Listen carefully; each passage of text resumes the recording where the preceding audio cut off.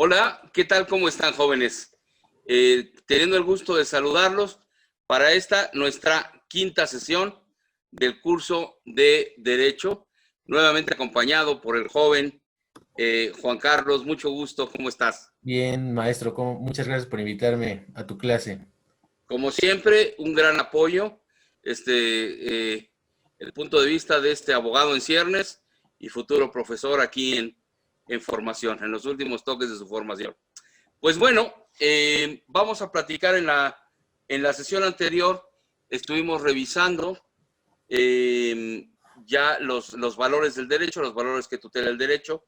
Terminamos de ver los sistemas jurídicos del mundo y dimos una revisión rápida a la escala axiológica, por supuesto, y además de eso, todos los pormenores, además de las características del derecho. Por eso terminamos ya con esta primera parte diciendo nada más que hay una clasificación del derecho. Toda ciencia, y el derecho no es de excepción, tiene una taxonomía, esto es una organización. Y esta organización, para su estudio, se derivó primero en derecho, después en derecho público y privado, que fue como se estudió mucho tiempo. Ahora se divide en fue público, privado y de seguridad social. Y ahora hay público, privado, de seguridad social y ecológico. Me imagino que el próximo mes habrá público, privado, de seguridad social, ecológico, de género, más lo que se acumule esta semana. Es simplemente cuestión de ir cambiando las cosas. Como veremos en la Constitución, durante todos los 80 años de vida de la Constitución, se dividió en parte dogmática y parte orgánica, y de repente, pues alguien dice, no, es que la parte dogmática tiene los derechos humanos. Como en ese momento, pues era una cuestión de, yo diría, de moda, muy importante, se da la cuestión de los derechos humanos, la parte dogmática y la parte orgánica. No porque los derechos humanos hayan sido una moda, lo que estaba de moda era su estudio. Así como hoy no es una moda, es algo muy importante, pero está todo el mundo abocado a la cuestión de género. Y así en el derecho, así es, se va dando por temporadas, porque el derecho, aunque va a la saga del hecho, es decir, primero se dan los hechos y luego el derecho, Derecho. el derecho tiene que estar atento a las cosas que suceden porque es producto de la sociedad. La cultura jurídica como tal es el conjunto de producciones jurídicas del hombre, en tanto que la cultura sería el conjunto de producciones sociales. Por lo tanto, toda expresión jurídica que se da es parte de la cultura jurídica y en este caso se va adicionando con las ideas, las inquietudes que salen. Entonces, hoy tenemos la clasificación del derecho en la parte de derecho público, derecho privado, derecho social y derecho ecológico. En la parte del derecho público tenemos todo aquello que son las partes donde el derecho se intercambia con el gobernado en sus acciones, en sus procesos. Ese es el derecho público. Un ejemplo claro es el derecho penal, el derecho administrativo, otro, el derecho constitucional. Les vamos a hacer llegar una lista completa de cómo está la clasificación del derecho, porque hay derechos que la gente no creería que existen o que antes no existían. Tengo el gusto de haber hecho mi tesis de licenciatura hace ya 30 y tantos años sobre el derecho Espacial. espacial, satélites de comunicación, aspectos jurídicos de la órbita geoestacionaria. Y todo el mundo me decía, ¿para qué? ¿Para qué quieres derecho espacial si la actividad del espacio está detenida? La actividad del espacio estará tan detenida como la actividad del hombre. Y es que a poco vamos a poner derecho en la luna. En la luna hay derecho. Decía alguien ahora que para el 2025 se esperan las primeras llegadas de turistas espaciales a la luna. Eh, Decían, bueno, ¿y quién tiene derecho a poner un hotel en la luna? Pues todo mundo. Si tú puedes, ponlo. La Declaración de la Organización de las Naciones Unidas sobre la utilización de la Luna y otros cuerpos extraterrestres de 1969 así lo permite. Entonces, vuelvo a iniciar. El derecho público es todo aquel derecho en que el gobernado se ve con otra entidad en calidad de gobierno a gobernado, de administración a administrado. El derecho privado es cuando se da de particular a particular, como el derecho comercial, como el derecho mercantil, como el derecho civil, en tanto que sea de un particular a otro. Ahí el derecho civil, aunque doctrinariamente siempre ha pertenecido a la parte de derecho privado, y si me lo permiten, así lo creo yo también, hay algunos autores que sostienen que en tanto que el derecho civil toca también algunas instituciones, como el registro civil, los juzgados mixtos de paz, que es donde la gente se casa, o juzgados de paz, que es donde la gente se casa, bueno, pues tendríamos que tener la idea de que es de gobernado a particular. Pero esencialmente, el derecho se divide en derecho público para cuando el particular se dirige al gobernado y viceversa, en derecho privado cuando es de particular a particular, no interviene una entidad superior, en derecho de la seguridad social cuando estamos hablando de los sistemas de seguridad social en el país. Ahí entran la legislación perteneciente al Instituto Mexicano del Seguro Social, al Instituto de Seguridad y Servicios para los Trabajadores del Estado, que es el ISSSTE, el ISFAM, que es el Instituto de Seguridad para las Fuerzas Armadas, y por supuesto ahora entran tangencialmente, aunque dependen del derecho financiero y bancario, dependen también ahora las AFORES, y en su momento tangencialmente también las compañías de aseguradoras para el retiro, que van a cobrar nueva fuerza en México. La tuvieron alrededor de los años 87, 88. Trabajaba yo en un banco, joven, imagínate, ahí veíamos pasar las administradoras de pensiones y todo el mundo decía, bueno, pues qué tontería esta, ¿quién va a querer que le administren su pensión? Bueno, pues ahora a la vuelta del tiempo vemos que mucha gente. Pero en fin, ese es otro tema. Y vamos a platicar hoy a concluir esto, de la sección en que se divide el derecho, ya dijimos, público, privado, de la seguridad social, y por último, el ecológico, el derecho ecológico. Oikos, casa, logos, idea, palabra, conocimiento. Lo que es perteneciente o relativo a la casa. En este caso, el concepto de derecho ecológico se acuñó en el año 73 en Suecia por un sueco, y México, por cierto, fue uno de los participantes en aquella reunión, donde el entonces presidente Luis Echeverría logró que México se adhiriera a los tratados de derecho ecológico. Sin embargo, no siempre se ha podido estar a la saga del hecho, y ya platicaremos en derecho ecológico por qué, porque hay muchas cuestiones en México que todavía tienen riesgo para la población, para la ciudadanía. Entonces, dicho lo cual, volveremos una y otra vez a esta clasificación del derecho, porque al inicio de cada tema diremos, esto pertenece al derecho público o al derecho privado. ¿Algo más que agregar, Juan Carlos? No, pues ya lo dijiste todo, la verdad. No, pues ahora sí que a mí déjamelo de derecho constitucional. Muy bien. Bueno, pues platiquemos un poco, y para dejártelo derecho constitucional, vamos a hablar del derecho constitucional, que es parte del derecho público, y diciendo o abriendo con que el derecho constitucional es la parte del derecho público que se ocupa de los gobernados, en tanto sus derechos y deberes, así como los anhelos del país. Anhelos del país.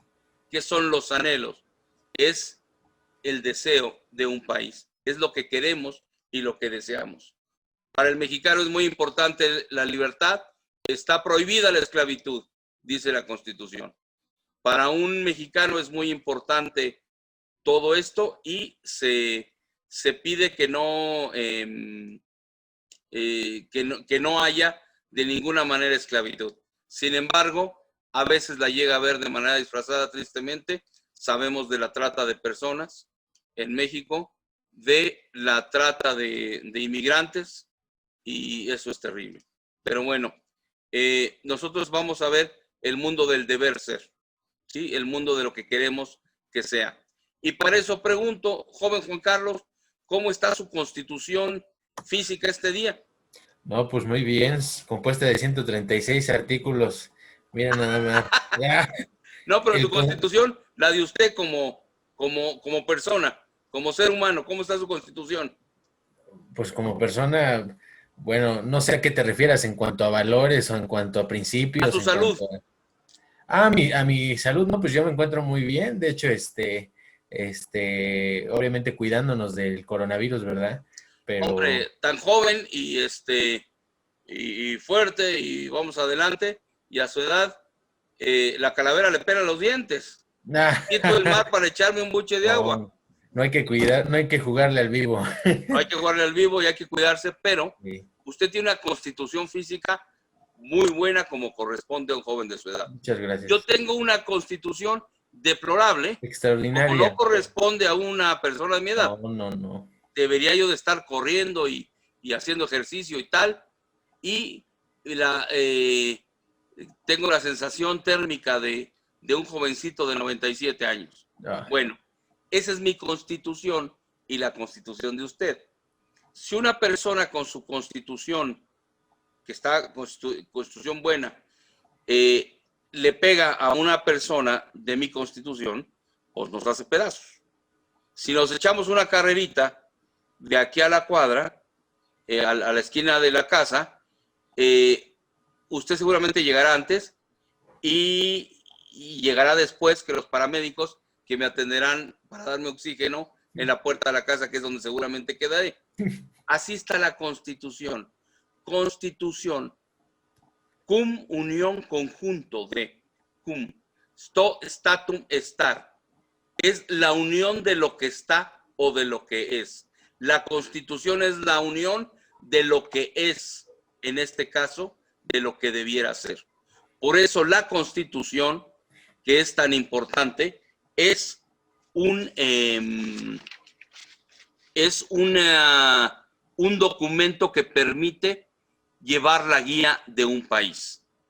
Por lo anterior, vamos a hablar de muchas cosas, pero primero le dejamos el punto de vista al joven Juan Carlos, que ya había hasta su constitución, la trae, así como ustedes jóvenes ya vieron seguramente en internet, ya leyeron al menos los primeros 29 artículos de la Constitución, y si no, pónganse a leerlos, porque quisiera que se los aprendieran, así como las tablas de multiplicar. Va a ser muy importante en su vida, no importa qué se dediquen, va a ser muy, muy importante. Adelante, joven Juan Carlos. muchas gracias, maestro, te agradezco. Pues sí, en efecto, aquí tengo mi constitución comentada por el señor doctor Jorge Carpizo MacGregor, que de hecho fue su tesis de licenciatura. Se llama La Constitución Mexicana de 1917, la Constitución de Querétaro. Y pues sí, dice aquí longevidad casi centenaria, pues ya ahorita ya, yo creo que este libro es de 2015, ahorita ya es centenaria, ya 100 años de su promulgación. Y sí, pues este documento consta de 136 artículos y está dividida en dos partes. La parte dogmática, que corresponde del artículo primero de la Constitución al artículo 29 constitucional, que prácticamente es los artículos en los cuales se supone que es una verdad hecha de lo que dice este documento, ¿no? Que es donde vienen los derechos fundamentales, las garantías individuales, que de hecho hay que distinguir que un derecho pues es lo que nos pertenece por el simple hecho de ser personas, pero las garantías son los medios por los cuales el Estado va a garantizar el cumplimiento de esos derechos. Entonces, pues son cosas distintas. También existe la parte orgánica que corresponde a los demás artículos que pues van del 30 al 136, en los cuales se organiza el Estado, en donde se organizan los poderes de la Unión, el Ejecutivo, el Legislativo y el Judicial, en nuestra Carta Magna. Entonces, aquí en estos artículos, en esta división, podemos encontrar la división de la Constitución, que de hecho, pues ya como le habíamos comentado en la clase anterior, la Constitución, pues es eso, la Constitución Política de los Estados Unidos Mexicanos no se llama Carta Magna, no se llama Carta Fundamentada, ni nada, ni documento fundamental, es la Constitución. Y bueno, hay que decirlo que la definición de Constitución que a mí me dieron en las clases de Derecho era que es el documento jurídico político emanado de la virtud soberana de un pueblo. Así era como nos dieron nuestra definición de Constitución. Y bueno, pues yo creo que en algo tiene razón, que pues es cierto de que es jurídico porque es creado a través del proceso legislativo, a través del proceso constituyente, del poder constituyente y constituido. Y bueno, pues sí es emanado de la virtud soberana de un pueblo, porque como tú bien lo dijiste, es el conjunto de anhelos, de deseos, de sueños, pues sí, de proyecto de nación que tiene nuestro país. Y pues sí, esta es su división. Obviamente, pues yo creo que nos tardaremos muchísimo en explicar cada uno de los artículos, pero al menos ya te pude dar una definición general de lo que es nuestra Constitución. Muchísimas gracias, joven. Excelente introducción a lo que es la Constitución y muy bonitas definiciones. ¿Dónde surgen las constituciones? ¿Ha habido constituciones todo el tiempo? No. Originalmente, cuando los señores feudales se reúnen alrededor de alguien a quien proclaman rey, el rey o la dinastía de ese rey es omnipotente. Tiene todos los derechos sobre sus súbditos.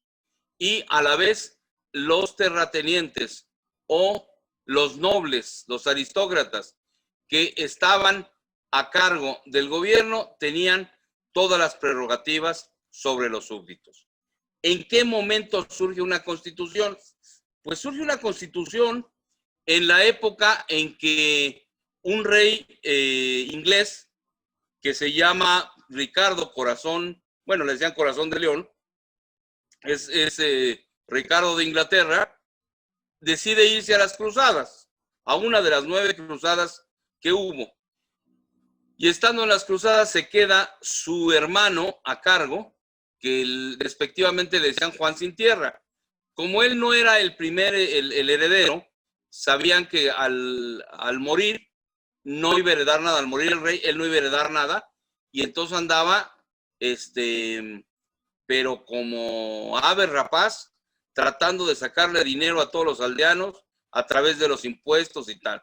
Incluso está la leyenda, que la historia está como leyenda, pero fue real, de Roberto Conde de Huntington, mejor conocido como Robin Hood.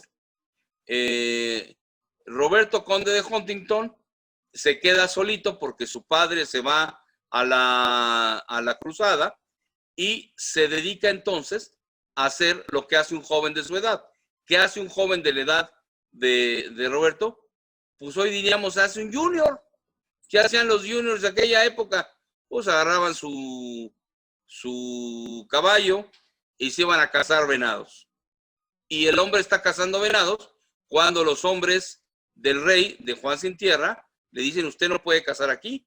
Este es un vedado del rey. Y le dice, no se pase. Este vedado, o sea, este coto prohibido al público, no es del rey, es del conde de Huntington y yo soy su hijo. Y le dicen, oye, pues no puedes estar aquí. Bueno, pues lo corren y el hombre apuñala a un guardia y se va a refugiar al bosque. Y le habla a todos sus amigos, los otros juniors, que también estaban solos, y les dice, oigan, ¿qué creen? Va a haber fiesta en el bosque. Y allá van, ya se imaginarán, llevan la hielera, las cervezas, pasan al Oxxo por lo que haga falta y se reúnen ahí en el árbol tutelar y la arman en grande. Y se dedican a quitarle dinero a los enviados de Juan Sin Tierra. ¿Por qué? ¿Porque eran gente muy buena? No. ¿Porque tenían necesidad? Tampoco, regalaban todo el oro. Estaban pasándola bien. Pero un día sucede que las cosas van a más y Juan Sin Tierra está siendo déspota. Entonces los nobles ingleses, o un grupo de ellos, de nobles ingleses, liderados por este joven de Huntington, ingresa al castillo de noche y hacen una carta que le llaman Carta Magna precisamente, donde le ponen, si no me equivoco, son 18 puntos en que le marcan al rey que ahora cada vez que quiera hacer un acto de gobierno, tiene que parlamentar. Y ese parlamento va a estar constituido por los nobles de Inglaterra, en este caso les llamamos lords. Y los lords tienen que autorizar lo que dice el rey. Si no se autoriza, si no lo autorizan, el rey no lo puede decir. Claro, si 12 espadas te están a punto de atravesar la garganta y estás en tu cama a medianoche, pues tú firmas lo que quieras, ¿no? No se trata nomás de taparte con tu cobijita, sino para que se vaya el espanto, sino que les firmas lo que sea. Cuando regresa de las cruzadas, el hermano mayor, el rey Ricardo, ve en aquello un antecedente no solo bueno políticamente hablando, sino que tenía que ser la tendencia, porque si no le tumbaban la corona. Y entonces Inglaterra se convierte en una de las monarquías constitucionales más longevas, más antiguas en la historia. Más longevas porque es la que lleva más tiempo, o una de las que lleva más tiempo, si no me equivoco, después de Rusia, que ya no tiene, que se acabó con los Romanov durante la revuelta de 1917. Bueno, pues aquí se acabó también esto. Las constituciones van tomando entonces una moda de hacerse en todos los países, porque además dan forma a los países. Y entonces la tendencia es que todos los países logren tener su constitución. ¿Qué sucede? Que llega un momento en que después del medievo se recuperan los códigos antiguos romanos y entonces hay una persona que le llamamos el Mos Gallicus, que es el experto en tierras, en leyes, porque sabe hablar latín. Entonces dice, yo tengo un problema con mi vecino por las tierras que tenemos y que aquí tengo un papel, pero está en latín. ¿Quién me lo puede descifrar? Pues el único que habla latín es el obispo. Pues vamos con el obispo. Y el obispo decía, aquí dice que tienes derecho tú y le tienes que dar el 20% a quien te solucione las cosas o a tu obispo de confianza, ¿no? Y entonces ya se quedaban con un cachito y poco a poco iban haciendo su ronchita, diríamos, ¿no? Su alcancía. Y entonces de repente teníamos obispos insultantemente ricos y prelados de la iglesia y tal, y uno que otro abogado que ya se había vuelto experto en leyes, en códigos y ayudaba a la gente. Pero después, pero no interpretaban las leyes, nada más decían qué era lo que procedía. Y viene el Mos Italicus después, que es, primero los franceses hacían esto, ahora los italianos decían, no, yo te digo qué es lo que pasa y te doy la interpretación para que te presentes a juicio. Y de ahí esto ya se fue a las universidades, empezando por Salamanca, donde efectivamente ya se enseñaban leyes. Entre otras cosas, claro, teología, retórica, ciencias, teología, retórica, ciencias, se me olvida cuál otra, perdón, y leyes. Filosofía, perdón. En ciencias entraba medicina, matemáticas, lo que sabía de astronomía, etcétera. Era aquello un amasijo y era estudiar muchos años, pero salía uno con un título maravilloso que está en desuso hoy, que se llama el título de bachiller. Y era un título maravilloso. Y era un título que te tenía con la licenciatura, digamos, la licencia para ejercer en todas aquellas ciencias y artes. Ahora bien, las constituciones vienen progresando en todo el mundo hasta que en Europa se van dando los primeros apuntes de parlamentarismo y llega el momento que todo el mundo tiene constituciones. Para cuando México, que es lo que nos interesa, tiene el virreinato de la Nueva España, hubo un intento de independencia por parte de un licenciado Primo de Verdad en 1808, que decidió independizar a la colonia, al virreinato de la Nueva España de la metrópoli. Y entonces hizo todo lo conducente, los agarraron en la movida, como diríamos, en la conspiración, y los ejecutaron. Luego, en 1810, surge el movimiento, no sé si llamarlo independentista, porque en su principio no era tal, pero el movimiento de Miguel Hidalgo y Costilla, y se apaga al poco tiempo, a los 9 meses, 10 meses. Para 1812, aquello ya es un problema, porque problemas en el virreinato y problemas en la metrópoli, porque Napoleón Bonaparte había puesto el pie en España, como ya dijimos en la clase anterior. Entonces, el rey Fernando VII, Fernando de Borbón, se va corriendo exiliado a Inglaterra, y desde Inglaterra dicen, tenemos que pelear porque todas las colonias sean españolas, en la América española, y vamos a hacer una constitución en Cádiz, que tú la acabas de mencionar. Y esa constitución la tiene que jurar todo el mundo. La mandan, por ejemplo, al virreinato de la Nueva España o al departamento del Perú, la mandan hasta allá abajo y dicen, todo el mundo tiene que jurar la constitución. Y la gente dice, yo no juro nada. El que no jure la constitución será ejecutado.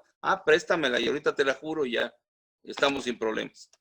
Pero de ahí viene el sobrenombre a todas las plazas de Plaza de la Constitución. A lo mejor los jóvenes pueden pensar que se trata de la Constitución de 1917, pero no, en toda Hispanoamérica las plazas principales se llaman Plaza de la Constitución. Y al rato los platicarás por qué le dicen Zócalo, también, joven. Pero en este momento estamos desarrollando históricamente las constituciones y nos damos cuenta que llega el momento que las constituciones pueden ser muy liberales o muy conservadoras. ¿Qué hablamos de liberales y conservadores? Conservador se supone que es el que ya tiene el poder económico y político y lo quiere conservar. Y el liberal es el que es más abierto a los cambios y que quiere cosas nuevas.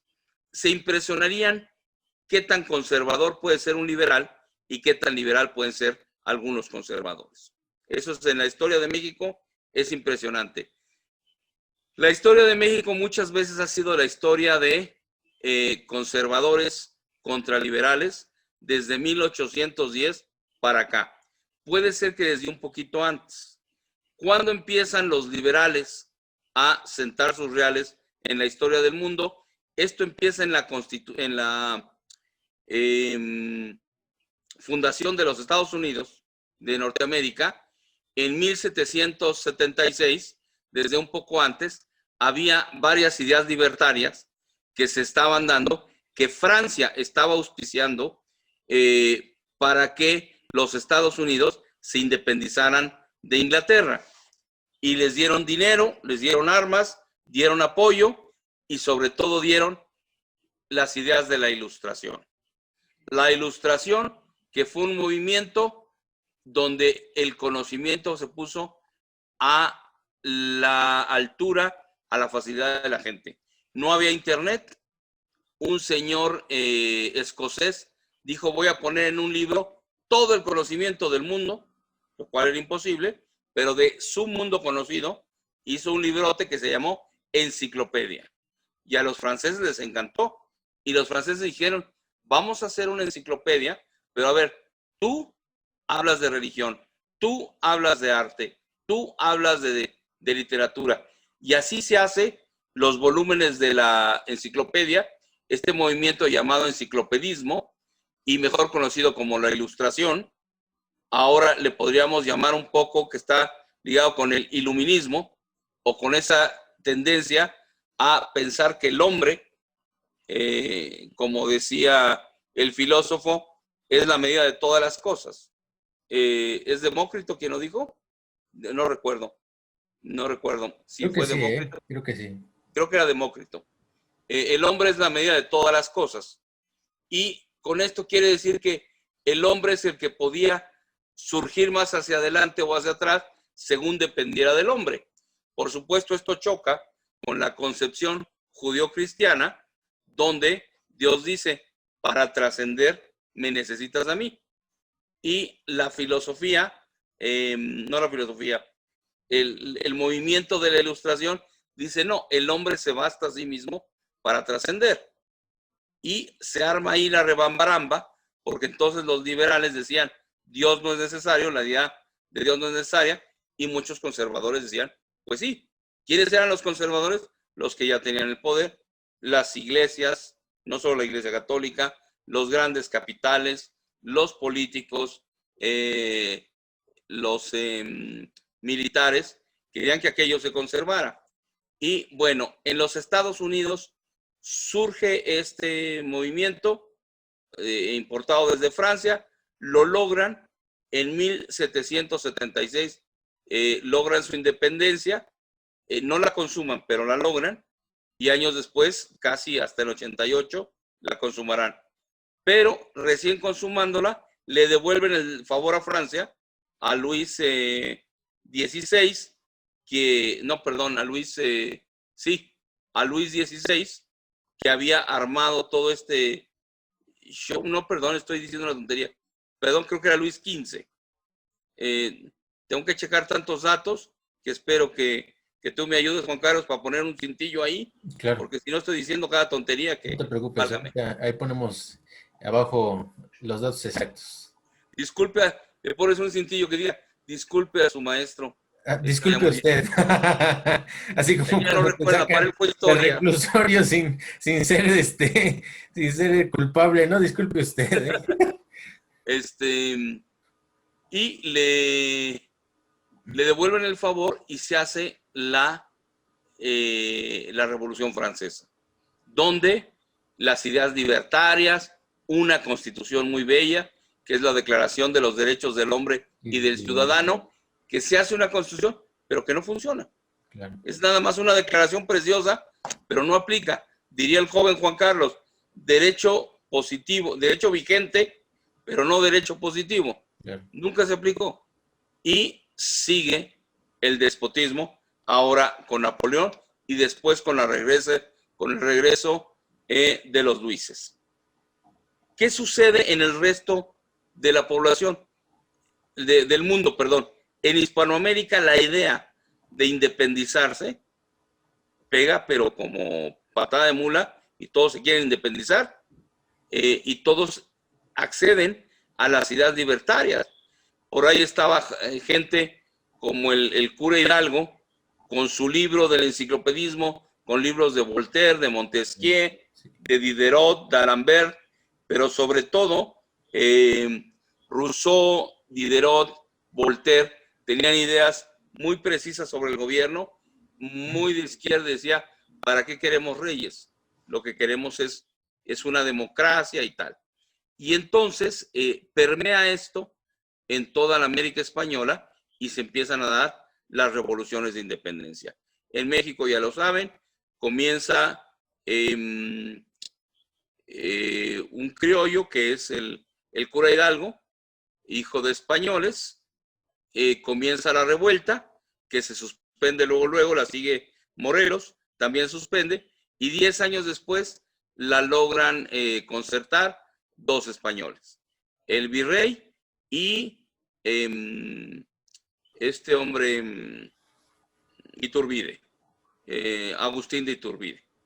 Ellos consolidan la independencia e Iturbide cae en las garras de la historia oficial como alguien terrible porque se proclamó emperador o porque lo proclamaron emperador, y entonces le da más peso a Vicente Guerrero, pero en realidad, bueno, quien concluyó el movimiento de independencia pues fueron estos dos españoles. En la América Latina, en el resto de América Latina, pues Simón Bolívar, que hizo un trabajo incansable, Sucre, ¿cómo se llama? O'Gorman, que son gente que le pusieron toda la pasión al asunto. Algo interesante es que Simón Bolívar anduvo por aquí en México y se quedó enamorado de México y de María la Güera Rodríguez, que dicen que era una de las mujeres más bellas que ha existido en el mundo, y en su época fue famosa por eso, porque todo el mundo se quedaba enamorado de ella. Todo el mundo la conoció, el mundo científico y político de la época. Las constituciones entonces, y ya le voy a dejar la palabra a Juan Carlos otra vez, se empiezan a clasificar y se dividen en constituciones según su origen. Primero es según su origen, después según su forma y después según la manera de ser reformadas. Son tres clasificaciones que les voy a proponer. Según su origen, según la manera en que están hechas, y tercero, la forma en que se reforma. Según su origen, se distinguen en pactadas, otorgadas o impuestas. Otorgadas, cuando el poder en turno, en un acto gracioso de voluntad, le da a los gobernados y les dice, ¿qué creen? Les tengo una constitución. Y en esa constitución vamos a sacar vamos a tener los anhelos del país. Lo vamos a fundar o a refundar. Caso clásico, la Constitución Española de 1977. Su Majestad, el rey Juan Carlos, ahora ex rey, el padre del actual rey Felipe, dice, españoles, tenemos que reformar la Constitución para dar una apertura más democrática a la participación de todas las corrientes políticas. España había atravesado por una noche muy larga, donde un señor, Francisco Franco, estuvo en el poder casi 30 años, si no me equivoco, o un poquito más, de 1939 a 1975, no, pues sí son 36 años que estuvo en el poder. Y les da, el rey Juan Carlos les da la Constitución. Es una Constitución otorgada. Hay constituciones pactadas, donde le dicen a la gente, oye, vamos a hacer una Constitución y vamos a poner orden en este país. Caso clásico, la Constitución mexicana de 1917. Se hace un gran congreso que, como va a constituir la Constitución, se llama Congreso Constituyente. Aunque suene a juego de palabras, se constituye en poder constituyente y dice, vamos a hacer la Constitución. Y hasta que la terminaron los pobres, porque anduvieron a salto de mata de un lado para otro. El último de los constituyentes, de los diputados constituyentes, un maestro Flores, si no me equivoco, murió apenas hace 15 años, 12 años, algo así. Y en los billetes de 100 pesos de hace unos años se podía ver la imagen de cuando está firmando la Constitución. Esa es una Constitución pactada. Y la Constitución impuesta es donde les dicen, a mí no me importa nada, señores, esta es la Constitución. Si les gusta, como si no. Cuando la Constitución rusa se realiza porque la Duma rusa había preferido que los bolcheviques pudieran tomar el poder e hicieran a un lado a los mencheviques, entonces la Constitución llega con sesgos de democracia, pero en realidad es una Constitución impuesta. Aquí está y no hay de otra. ¿Sí? Esa es la clasificación conforme a constituciones, conforme a su origen, que pueden ser otorgadas, pactadas o impuestas. De acuerdo a su forma, pueden ser dispersas o codificadas. Dispersas cuando están en muchas leyes, como en los Estados Unidos, en que la Constitución solo tiene 17 o 18 artículos y 6 enmiendas, o 7 enmiendas, y el resto son start decisions, decisiones que están puestas, o precedents, o incluso alguna cosa que se parece en el nombre, pero no en la figura, a una cosa que tenemos en México que se llama jurisprudencia, jurisprudentiare, el que se pronuncia de la justicia. La Constitución está dispersa. En Inglaterra la Constitución está dispersa en una serie de preceptos que provienen de la inveterada consuetudo, de la costumbre. Hay otros que están codificadas, como la de México y el resto de Latinoamérica. La española, esta es la Constitución, y como dice el joven, de 136 artículos. 36 artículos y hasta ahí.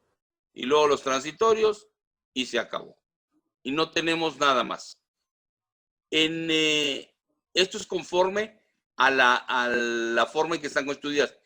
Y en la forma de reformarse es donde está muy bueno, porque pueden ser rígidas, como la Constitución mexicana, o flexibles, como la Constitución norteamericana.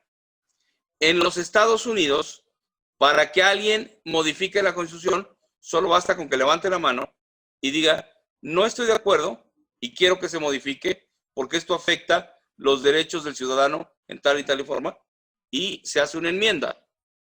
Llevan hasta ahorita, si no me equivoco, 6 u 8 enmiendas en 200 años de Constitución. En cambio, la Constitución mexicana no es tan sencillo de reformar.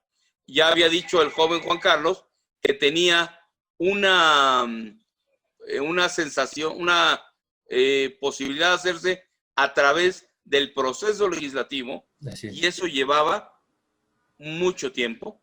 Se tiene que hacer la aprobación, discusión, sanción, toda la revisión, la Cámara de Origen, la Cámara Revisora. Entonces no es tan fácil.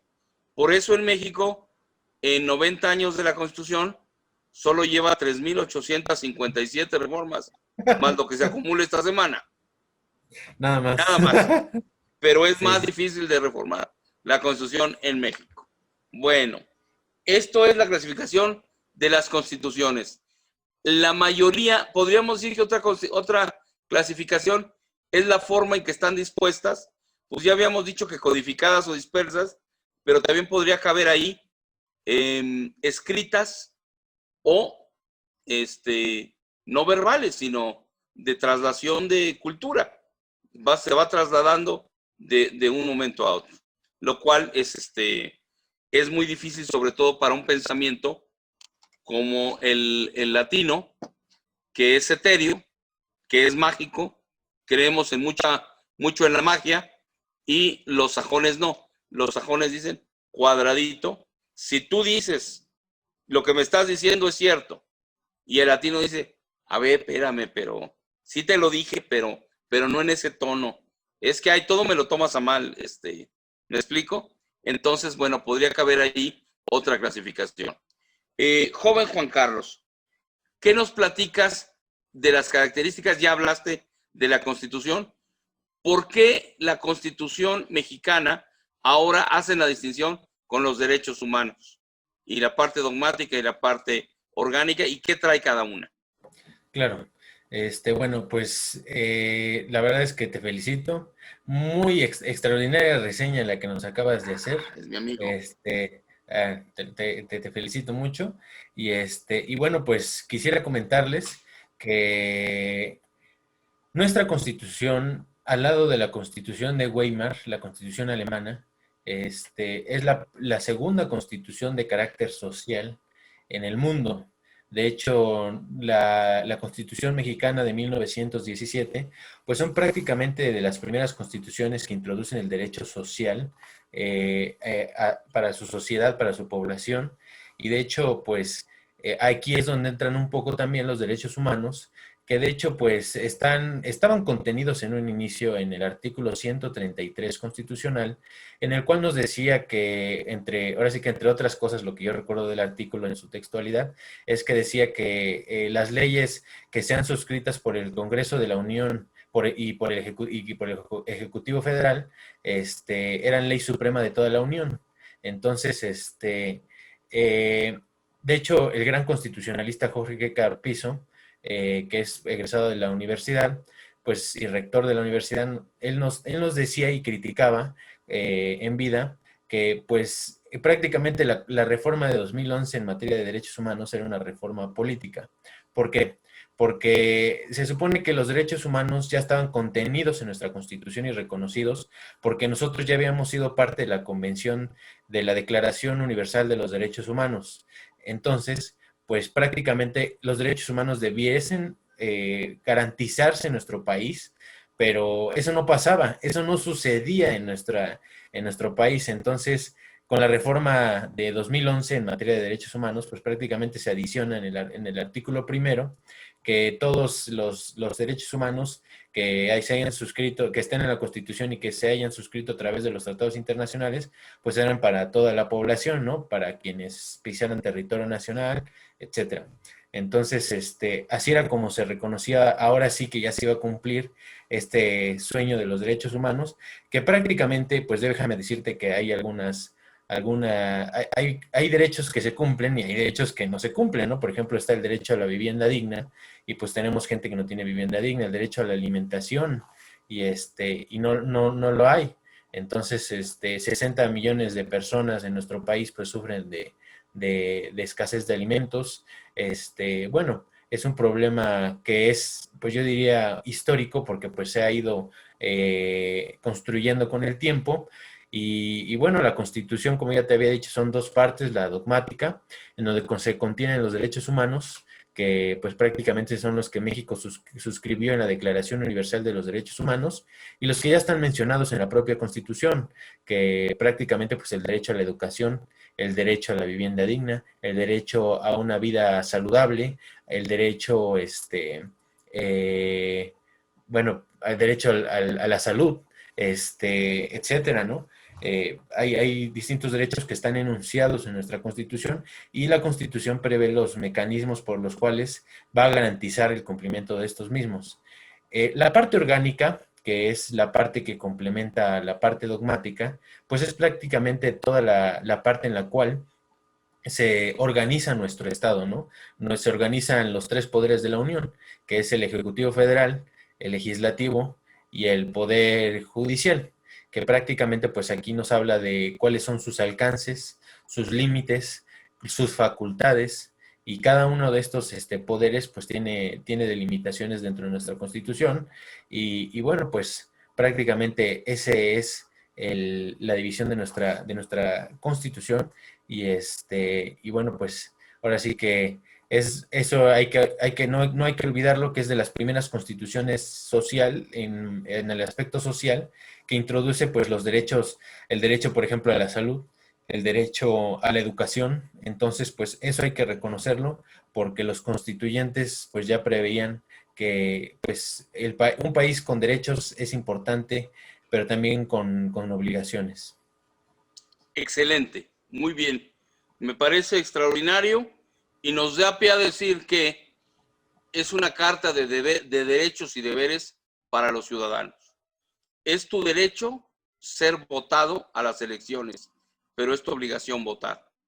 Y obligación dice, pues no hay ninguna sanción por no votar, pues es una sanción moral, porque en este país murió mucha gente durante la revolución para que tú pudieras ir tranquilo a votar el día de las elecciones, por quien tú quieras, para anular tu voto si quieres, que puedes ir con tus niños perfectamente tranquilo, que no va a haber revueltas, que no va a haber nada, a la hora que quieras el domingo, y un domingo cada 6 años o cada 3 que te pide la República para que se los des. Es un valor moral eso.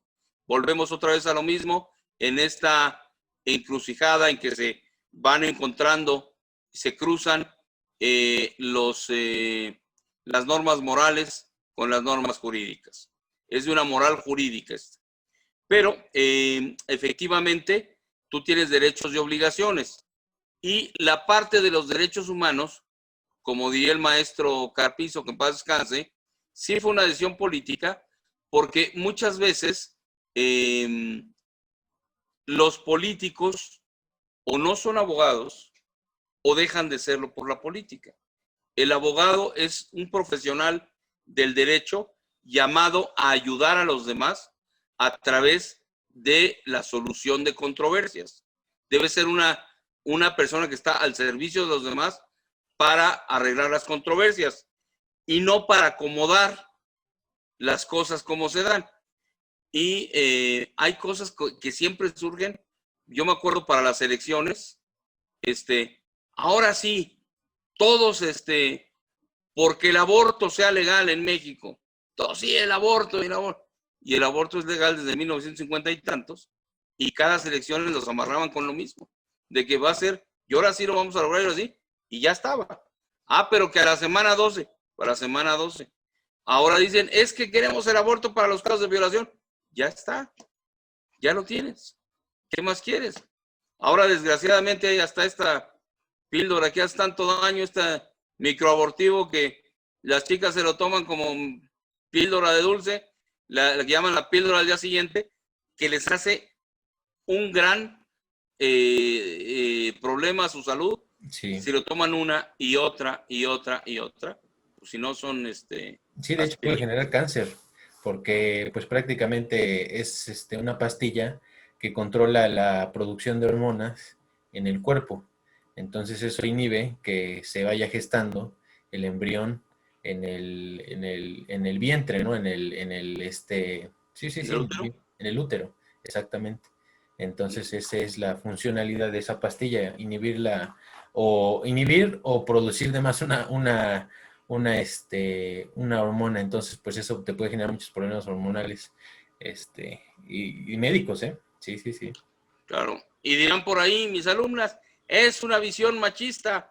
¿No? ¿Por qué las mujeres? Consulten a su médico de confianza. Humana. Es una visión humana. Por favor, cuídense. Sí, cuídense. Y cuiden lo que hacen. El embarazo no se pega por epidemia, ¿eh? No da por el aire ni por que alguien estornude.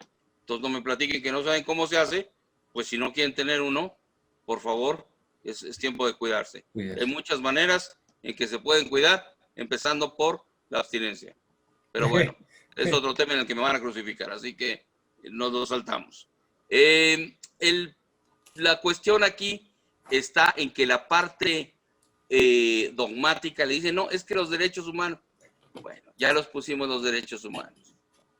Primera cosa que tenemos, y vamos a revisar muy rápidamente algunos artículos de la Constitución, porque es un tema apasionante, no me quiero tardar mucho, pero ustedes como ciudadanos lo deben tener. Primero, ya lo mencionamos en la clase anterior, toda persona que toque suelo mexicano, territorio mexicano, por este simple hecho, está amparada en la Constitución.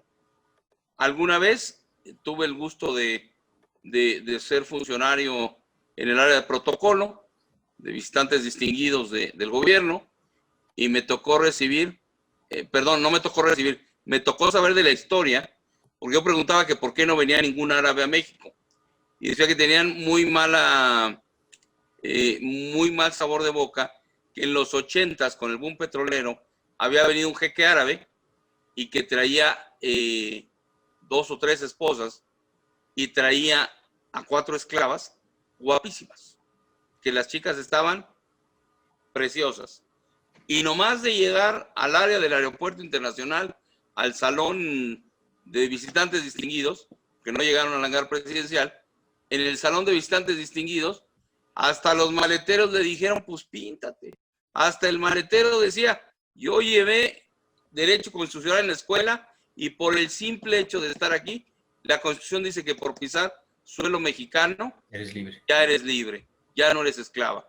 Y las 4 se le fueron. Sí. El hombre estaba muy enojado. Pero no concebimos la esclavitud como forma de vida. Y si de verdad no concebimos la esclavitud como forma de vida, no utilicemos la trata de personas. La trata de personas para desaparecerlos, para ponerlos a trabajar en cosas innobles, para llevarlos con engaños a otro lugar, para que ejerzan la prostitución, para que haya cuestiones de prostitución infantil. La trata de personas es un cáncer que debe desaparecer. La trata de personas, la prostitución de las personas en contra de su voluntad es un cáncer de la sociedad actual y debe desaparecer. Y para eso todos tenemos que estar muy al pendiente de nuestros hijos y de lo que hacemos. A ti no te gusta que haya algo de criminalidad, pero pues haces un acto criminal. No te gusta vivir en un cielo limpio y claro, con mares limpios y tiras la basura en el viaducto, pues, ¿qué estamos hablando, no?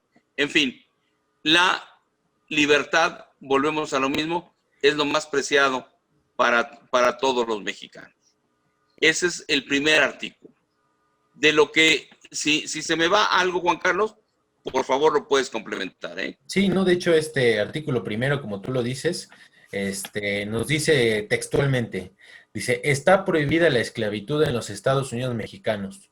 Los esclavos del extranjero que entren al territorio nacional alcanzarán, por este solo hecho, su libertad y la protección de las leyes. Esto es lo que nos dice el artículo primero. Y dice, queda prohibida toda discriminación motivada por origen étnico o nacional, el género, la edad, las discapacidades, la condición social, las condiciones de salud, la religión, las opiniones, las preferencias sexuales, el estado civil o cualquier otra que atente contra la dignidad humana y tenga por objeto anular o menoscabar los derechos y libertades de las personas. Este es lo que nos dice nuestro artículo primero constitucional. Muchísimas gracias. El artículo segundo, entre otras cosas muy interesantes, trae el respeto a las etnias originarias de México. Hay una controversia por ahí, no sé si la toqué en estas charlas virtuales o fue en algún otro lugar, perdón. Decía alguien, no voy a decir quién porque es un expresidente sudamericano, que los españoles cuando llegaron a América habían encontrado una población de 90 millones de indígenas y tiempo después habían matado a tantos que solo quedaron 3 millones. Nunca hubo 90 millones de indígenas en América.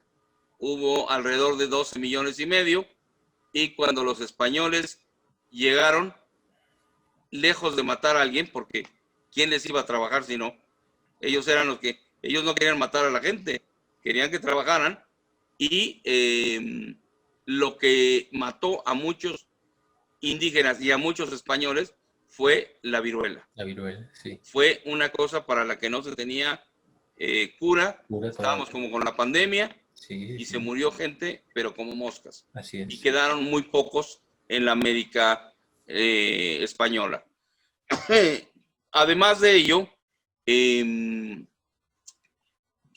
se respetó mucho a las etnias en cuanto a su cultura, no en cuanto a su religión, por razones que la iglesia tuvo y hay que verlo a los ojos de aquella época, sí. No hay que verlo a los ojos del año 2010, porque a mí si alguien me dice que los españoles fueron salvajes porque quemaron códigos, pues ellos pensaban que estaban haciendo lo correcto, tanto como si me dicen que los indígenas eran malvados porque comían carne humana y porque hacían sacrificios humanos, pues no, era su religiosidad. El famoso pozole. El famoso pozole. Sí, no quisiera decirlo así porque Ya no les va a gustar a mis alumnos, ¿eh? Ah, sí, que era de carne de humano. De carne Búsquenlo, de ¿eh? chiquito, de bebé. Sí, sí, sí. Sí. Y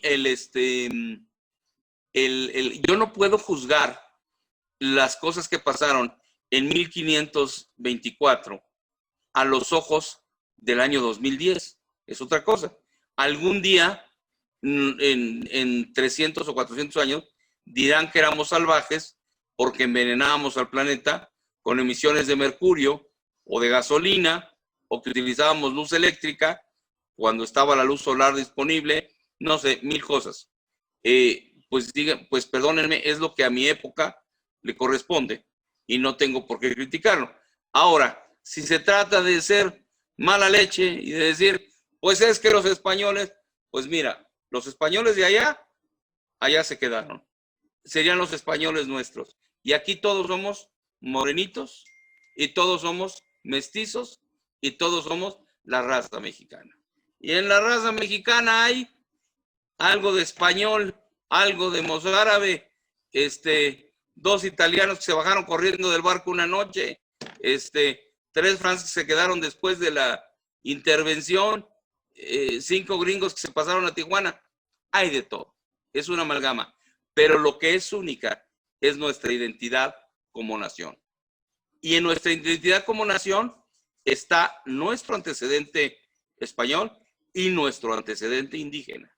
Y a mucho orgullo. Y parece que al mexicano, como diría Alan Reading, le enorgullece su pasado indígena y le avergüenza su pasado indígena. Orgullosísimos de todos los indígenas, pero nadie hace nada por ellos. Se supone que hay 2 millones de etnias, 2 millones de personas en diversas etnias. Disculpa porque no sé cuántas son. Creo que Creo que son el dato 16, es... ¿eh? ¿Cuánto? 16 pueblos, creo.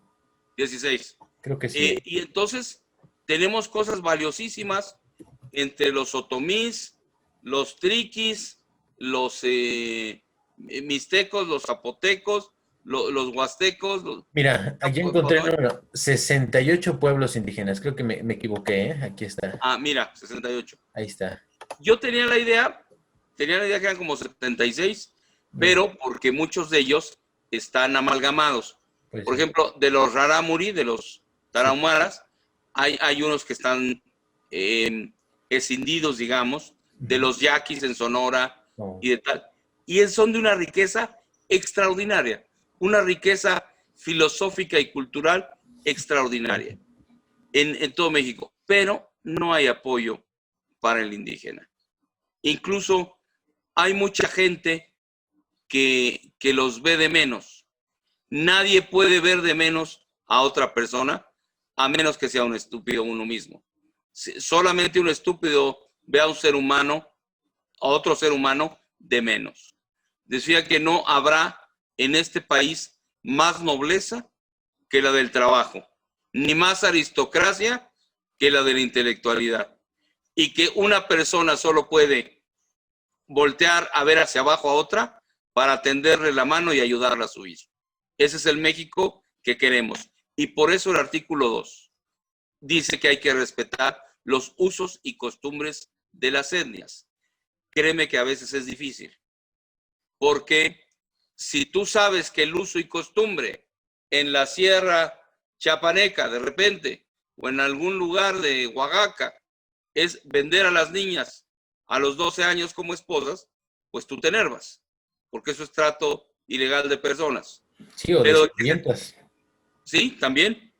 Y que tú quieres que eso acabe, pero tienes que combatirlo a través de la educación. Sí. Y la única herramienta que libera es la educación. Por eso le estamos apostando tanto a nuestra Escuela Nacional Preparatoria. Así es. Deseamos, de alguna manera, que los pueblos indígenas puedan estar protegidos en su cultura, en su persona, en su salud. Y el artículo 2 garantiza esto. Pero también nos garantiza algo más, Juan Carlos. Nos habla de los padres. ¿Qué dice de los padres? Que tú puedes tener el número de hijos que quieras. Caray. Difícil. En un país donde la media de hijos hace 50 años era de 8-9. Sí, 8-9. Sí, sí. Y hace 35 años era de 5-6 y hoy está siendo de 3, más o menos. Pero es una ley de la naturaleza el que se hagan, ¿cómo se llama? Curvas de fertilidad. Ya. De tal manera que donde puede haber más incidencia de muerte, la gente sea muy fértil. Claro. Yo conocí una señora en la Sierra de Guerrero que había tenido 27 hijos. Ojo. Y tú la veías y entera la señora. De aquí para allá. Sí, y si no corres, pues igual se avienta el otro, ¿no? Pues Porque sí, la señora decía, estoy perfecta y he tenido hijos desde los 13 años y actualmente estoy muy bien de salud y me va muy bien. Bueno, pero no es tener nada más el hijo y no es nada más mantenerlo. Tú puedes tener mucho dinero, sino darle tiempo, claro, atenderlo y echarte un compromiso enorme de formar a una nación a través de la familia. Y que la familia sea una buena célula porque tú pusiste buena simiente. Y si no le vas a dar tiempo a tus hijos, ¿cómo lo haces? Entonces, la familia tiene que tener cierta protección ahí. Pero a diferencia de otros países, tú puedes tener el número de hijos que quieras, con el espaciamiento que quieras. En algún sexenio, hacia los años 70, un presidente ordenó la esterilización masiva de indias oaxaqueñas. Aquello fue terrible, terrible. Les decían que les iban a curar de algo y se les ligaban las trompas y entonces ya no pegaba el producto. Y una persona cuyo nombre no voy a mencionar, con un presidente más hacia el principio de los 90, se le ocurrió que tenía que recibir órdenes de algún consorcio internacional que hablaba de estómagos improductivos y pidieron que se esterilizara a algunas personas de las etnias celtales, tzotziles, tal, en Chiapas. Fue terrible. Afortunadamente, en ninguno de los dos casos prosperó y no pasó a mayores. Tristemente, en algunos sí, pero fueron los menos. Esto no se puede hacer. Es un derecho inalienable, o sea, que no se puede vender. Es un derecho imprescriptible, o sea, que no se acaba nunca, jóvenes. Inalienable, imprescriptible. Negociable. Innegociable. No se puede ceder porque no hay derecho contra el derecho. Y el derecho de la gente es reproducirse como, cuando quiere y si quiere. Y si no quieres tener hijos, tampoco los tengas. Nada más lo que la ley te pide es que, y la sociedad también, es que seas muy responsable. Que tengas los hijos que vas a atender y a mantener. No nada más a dar dinero. Pero bueno, en un país donde la gran mayoría de las familias se está conformando hasta en un 30% por 1.5, es decir, mamá soltera e hijo, mamá luchona, que son una cosa extraordinaria, las mamás que sacan adelante a sus hijos, porque un irresponsable se fue, porque el hombre fue irresponsable y huyó y dejó a la señora con todo el paquete, y ella dice, me basto y me sobro. Porque las mujeres en eso son admirables. Lo único que necesitan es la fe en sacar adelante a sus hijos, sí, y la ayuda de Dios para irse adelante. Así y lo sacan muy, muy bien. Entonces, esto es importante. Y también el tipo de educación que le vas a dar a tus hijos. Tú los puedes educar como quieras. Lo ideal como comunidad, lo veremos más adelante en el artículo 3, es que tienen que ir a la escuela. ¿Por qué? Porque vivimos en una comunidad y les tienes que enseñar desde no tomes lo que no es tuyo en el kinder hasta no firmes nada que no hayas leído completamente, que se los decimos ya en la preparatoria, que les decimos hasta el cansancio, no seas aval de nadie, no firmes tarjetas de crédito, ten cuidado. No firmes nada en blanco. No firmes en blanco. No firmes nada en blanco. Si te pide tal o cual cosa, di que no. y corre con tu abogado de confianza o con tu viejo profesor Las de la tarjetas de crédito, preparatoria. ¿cómo me decías? ¿Cómo Las nos tarjetas decías de cuando crédito estábamos en son clase cosas del diablo? eran cosas del diablo. Las firmaba uno con sangre, Sí, nunca acabas de pagar las tarjetas de crédito. Y todavía te dicen los cínicos, no, es que usted no sabe. No, pero bien utilizada con inteligencia, es un instrumento magnífico. Pues es un instrumento de usura. Por eso es terrible. Y notarán que estoy más boletinado que nada, ¿verdad? Yo no quiero una tarjeta de crédito ya, nunca. no, Pero yo sí creo que mucha gente ha sufrido con los créditos, sí, con los abonos chiquitos para pagar poquito, con sí, las tarjetas de crédito, lo ven como un complemento de su sueldo salario, y están sufriendo mucho. En fin, claro. eh, creo que lo más importante y lo más rescatable de este artículo segundo es el concepto de la familia. La familia es la célula básica de la sociedad. Del Estado. Si la familia está en crisis, como lo está en este momento, toda la sociedad está en Va a crisis. estar mal, Si papá claro, trabaja y mamá trabaja, ¿quién ve por los hijos? Oiga, claro, pero ¿qué hacemos? ¿Tenemos que comer? No, pues si no te estoy reclamando, no me estoy diciendo que, ¿cómo quieres que no estemos mal? ¿Cómo quieres que un niño de 12 años no mate a sus alumnos, a sus claro, compañeros de clase, si está viendo la televisión de muertos y de tal y juega claro. con los aparatos estos de Las matar pistolitas, gente, ¿no? con las pistolitas electrónicas que matan gente en videos, y encima cae en las garras de estas perversiones de los retos de la ballena azul y de Hulk y Sí, de de Hulk y no sé qué tanta no sé qué cosa. tanta cosa, pues cómo no quieres que ese niño que está suelto, que está creciendo suelto como la hierba, vaya a ser un mal sujeto. Claro, Y después va a ser más problemático. Claro, no es culpa de los papás, es culpa del sistema social que no está dándole a cada quien la oportunidad de trabajar. Ojo, no le tiene que dar trabajo, claro, le tiene que dar la oportunidad de trabajar y de laborar en algo bueno. claro. Pero bueno, eso ya estamos rayando en una perorata más sentimental que jurídica. Así que, joven, si quieres agregar algo, No, pues me habías dicho que querías que hablara sobre el origen del Zócalo.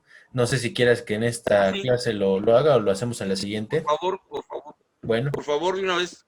pues de hecho el Zócalo, ahora sí que todos lo conocemos, el kilómetro cero, por si no lo sabían, del país, de ahí surge todos los kilómetros de la nación, es el punto cero, ahora sí que la cuna del poder también político del país. Este, bueno, pues hay dos nombres por los cuales se le denomina Zócalo y también la Plaza de la Constitución. Plaza de la Constitución porque ahí se juró la Constitución de Cádiz, en ese lugar se juró la Constitución de Cádiz y por eso también se le denomina la Plaza de la Constitución. El Zócalo se le denomina porque arquitectónicamente Zócalo quiere decir basamento donde se erige la obra. Entonces, Antonio López de Santa Anna, cuando iban, ahora sí que regresando en 1821 a la capital, al Distrito Federal, bueno, en ese entonces, Distrito Federal, eh, querían que se le erigiera una obra en su honor. Y bueno, pues tuvieron que hacer un espacio en donde se iba a construir esta obra y quedó el Zócalo. De hecho, en excavaciones antropológicas han encontrado que hay un círculo delimitado donde iba a estar la obra que iba a ser en honor a Antonio López de Santa Anna. Pero eso no sucedió. Total que se quedó inconclusa la obra, como muchas otras obras de nuestro México, como nación en la historia, pues, por ejemplo, el Monumento de la Revolución, iba a ser el Congreso de la Unión, que prácticamente se quedó inconcluso.